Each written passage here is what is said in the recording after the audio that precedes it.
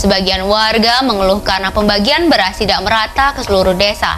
Ironisnya, beras yang dibagikan sebagian tidak layak konsumsi.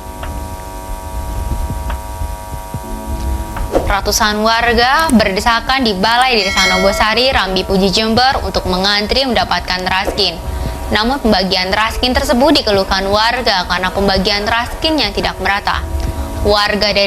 Warga Desa Nogosari sendiri sebagian besar ekonominya berada di bawah rata-rata.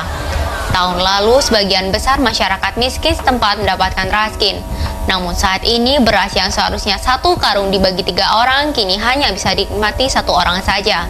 Dengan harga 1 karung beras Rp24.000. Kini salah seorang warga mendapatkan kupon untuk mengambil raskin sempat heran karena jumlah warga yang mengantri tak sebanyak tahun lalu. Warga yang ada di balai desa hanya yang mempunyai kartu raskin. Dia berharap agar untuk tahun depan pembagian raskin lebih merata ke semua warga. Zen Mahrus, aparat desa, pembagian yang tidak merata karena warga desa Nogosari 17.000 lebih yang hanya mendapat hanya 825 orang. Solusi masyarakat yang belum mendapatkan akan diusulkan pada tahun depan. Warga yang mendapatkan raskin masih banyak yang khawatir karena banyak beras yang tidak layak untuk konsumsi. Kalau sekarang 1 orang 1 cuma kayaknya ada yang nggak kebagian. Kalau bisa ya merata lah. Kadang-kadang kan itu tepat-tepatan. Di mana nih Mas Sewa, Salsa Denmark, dan si Jeroan Pauline? Kok nggak berisik sini? 200 miliar bansos beras buat rakyat miskin, malah nyangkut di keluarga Tanu. KPK resmi menetapkan Bambang Rudijanto Tanoe Sudibjo, kakak Heri Tanu, sebagai tersangka plus perusahaan keluarganya. Lucu ya, rakyat ngantri bansos demi bisa makan, sementara keluarga elit mainin duit bansos kayak bisnis pribadi. Beras buat perut orang kecil berubah jadi cuan 200 miliar. Makin jelas kan siapa yang kenyang, siapa yang kelaparan. KPK menetapkan Bambang Rudianto Tanu Sudibyo atau Rudi Tanu sebagai tersangka korupsi bansos beras tahun 2020. Ia merupakan kakak kandung dari pengusaha media, Hari Tanu Sudibyo. Skandal ini bukan main-main. Dari proyek senilai 336 miliar rupiah yang diperuntukkan bagi masyarakat miskin, malah dirampok hingga merugikan negara 200 miliar rupiah. Itu berarti beras yang seharusnya sampai di piring keluarga miskin justru raib ke kantong para tersangka. Yang lebih mengejutkan, Rudi Tanu tak berdiri sendiri. KPK juga menetapkan 3 individu dan 2 korporasi sebagai tersangka. Diduga kuat, termasuk di dalamnya adalah PT Dosni Roha Indonesia dan PT Dosni Roha Logistik. Sejak 12 Agustus 2025, Rudi dicekal ke luar negeri. Tak ada lagi tempat lari, karena bayang-bayang rakyat miskin yang lapar akan terus menghantuinya. Skandal ini bukan hanya sekadar angka, tapi juga sebagai bentuk pengkhianatan terhadap mereka yang paling membutuhkan. KPK kembali memanggil Komisaris PT Dosni Roha Logistik Bambang Rudianto Tanu Sudibyo yang merupakan kakak kandung Ketua Umum Perindo Hari Tanu Sudibyo di kasus dugaan korupsi penyaluran bansos beras pada 2020 hingga 2021.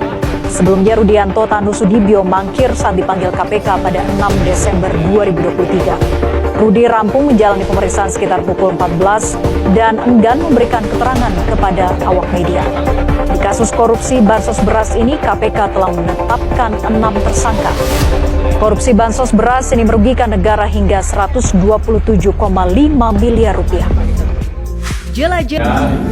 4 orang dicekal KPK ke luar negeri terkait kasus dugaan korupsi penyaluran bantuan sosial beras dalam program Keluarga Harapan tahun anggaran 2020.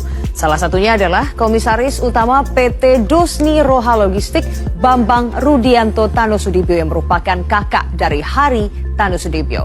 Sementara 3 lainnya yakni Direktur Operasional DNR Logistik tahun 2021-2024 Herito, Direktur DNR Logistik 2018-2022 Kanisius Jerry Tanker, dan staf ahli Menteri Bidang Perubahan dan Dinamika Sosial Kemensos Edi Suharto.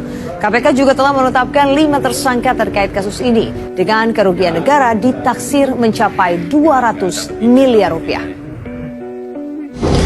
Dan dalam proses penyidikan ini KPK kemudian melakukan larangan bepergian ke luar negeri atau cegah luar negeri kepada 4 orang. KPK juga sudah menetapkan 3 orang sebagai tersangka dan 2 korporasi yang juga ditetapkan sebagai tersangka.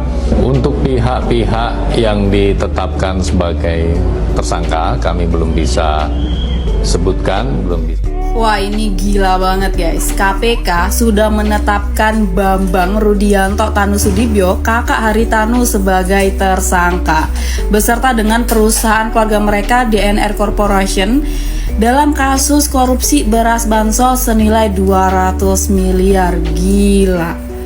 Rakyat susah mau dapat bansos jadi makin susah. Memang yang paling gampang tuh bansos, bukan dapat bansos. Soalnya bansosnya dikorupsi nih.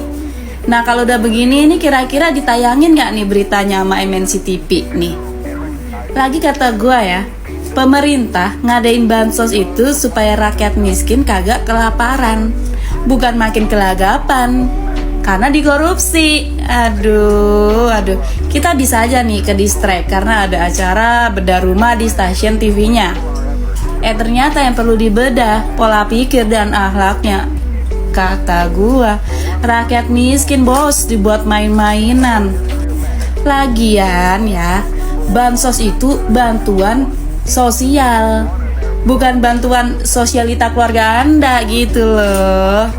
Jadi tuh dana dari pemerintah ya, dari rakyat untuk rakyat, bukan untuk keluarga Anda bersosialita, Pak, gitu Pak. Lagian kalian ini loh udah kaya banget gitu, udah sultan banget, ngapa sih harus banget begitu? Saking kayanya nih kita ini tahu keluarga ini kagak mungkin tersentuh yang namanya KPR, kagak mungkin. Ternyata tersentuhnya sama KPK, buset kata gua. Bayangkan, bansos beras yang seharusnya jadi penolong jutaan keluarga miskin di tengah pandemi, justru berubah jadi ladang bancakan miliaran rupiah. KPK menghitung, kerugian negara tembus 200 miliar. Dan nama yang muncul bukan orang sembarangan. Sumber internal menyebut Bambang Rudianto Tanusudibyo, alias Rudi Tanu kakak Haritanu. Ironisnya, perusahaan yang ia pimpin, PT Dosni Roha Indonesia dan PT Dosni Roha Logistik, anak usaha MNC Asia Holding, juga ditetapkan sebagai tersangka korporasi. Sementara rakyat masih antri beras, keluarga Tanu disebut hidup glamor, bergelimang harta dengan kerajaan bisnis. Kontras yang bikin publik geram, perut rakyat dikorupsi, kemewahan keluarga tetap terjaga.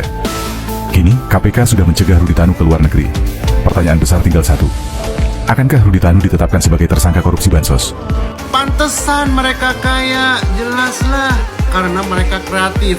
Bayangin, bansos beras 200 miliar rupiah buat rakyat miskin malah nyangkut di keluarga Tanu. KPK resmi menetapkan Bambang Rudianto Tanusudibyo, kakak Haritanu, sebagai tersangka plus perusahaan keluarganya, DNR Corporation. Rakyat ngantri beras biar bisa makan, elitnya malah mainin duit bansos kayak modal bisnis pribadi. Aduh, beras yang harusnya buat perut orang kecil disulap jadi cuan 200 miliar rupiah.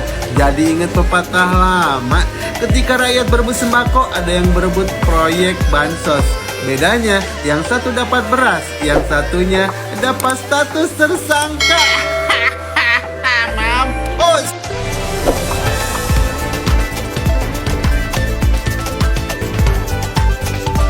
Siapa Rudi Tanusudibyo? Kakak Haritanu, staf ahli Mensos jadi tersangka dugaan korupsi bansos.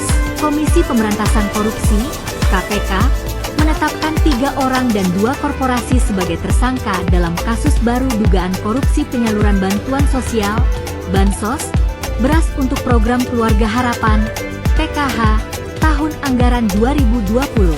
Berdasarkan informasi yang dihimpun, 2 dari 3 tersangka tersebut adalah pengusaha Bambang Rudianto Tanusudibyo, BRT, alias Rudi Tanu dan staf ahli Menteri Sosial, Edi Suharto, S. Rudi Tanu, yang merupakan Presiden Direktur PT Dosni Roha Indonesia, DNR, adalah kakak dari pengusaha Haritanu Sudibyo.